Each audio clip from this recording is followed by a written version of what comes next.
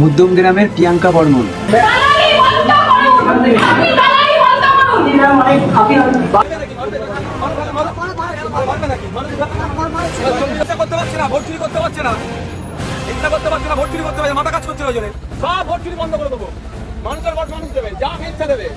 আপনাদের যদি কোনো মতামত থেকে থাকে অবশ্যই সেটা কমেন্টে জানাবেন। আর আমাদের চ্যানেল সত্যের সন্ধান অবশ্যই সাবস্ক্রাইব করে দেবেন।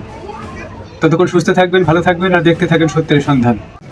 আইএসএফ এর ক্যান্ডিডেট আরাবুল ইসলাম ক্যানিং বিধানসভাতে দাঁড়িয়েছে। সেখানে বাবা, আরাবুলকে নিয়ে কি বলবো, আপনারা আগে দেখেন। আমাদের এজেন্ট ভেতরে আছে, আমাদের এজেন্ট ভেতরে আছে, আমাদের এজেন্ট ভেতরে আছে।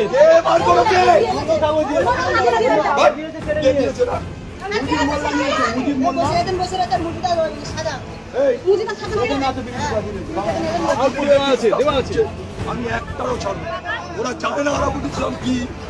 শওকত মোল্লাটা করাচ্ছে, করছে। আমি একই কিছু শওকত মোল্লাকে ছাড়বো না। আপনাকে দুর্বল ভাবছে শওকত, কে দুর্বল হবে? আমাকে কেউ দুর্বল ভাবতে পারবে। দেখলেন তো, আরাবুল ইসলাম শওকত মোল্লার এলাকাতে গিয়ে উনি ওনার যে সাহসিকতার প্রমাণ আজকে দিয়ে দিলেন। আরাবুল ইসলাম যে কত বড় পাক্কা খিলাড়ি সেটা আজকে খেলে দিলেন, কত বড় খেলোয়াড় আজকে সেটা খেলে দিলেন ভোটের দিনে। ভোটারদেরকে সঠিকভাবে ভোট করানোর জন্য যা যা করা প্রয়োজন এই আরাবুল ইসলাম সেটাই করেছে।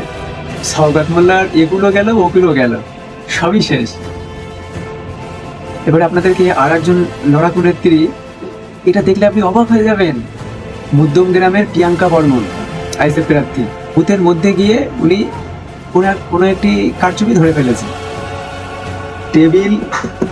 টেবিল এরকম চাপড়ে চাপড়ে অফিসারদের সঙ্গে কথা বলছে। মহিলা নেত্রী হওয়ার পরে ওনার যে সাহস, লড়াই করার মন মানসিকতা, আপনারা দেখলে অবাক হয়ে যাবেন। ভিডিওটা দেখেন।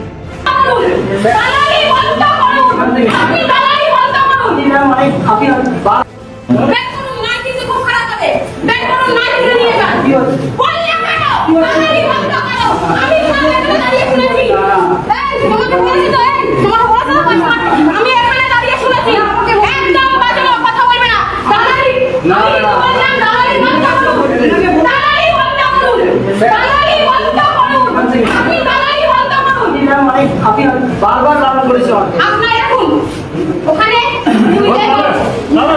ভিডিও বানানো মানে ভিডিও বন্ধ করো। ভিডিও कोई वोट नहीं वीडियो बनाना मना है। এবারে ছোট ভাইজানকে দেখুন ভাঙড়ে।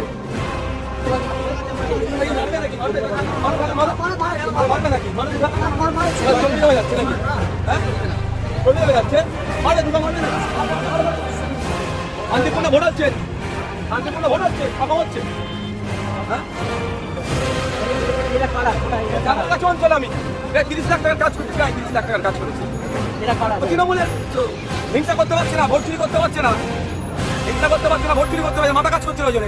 সব ভোট চুরি বন্ধ করে দেবো।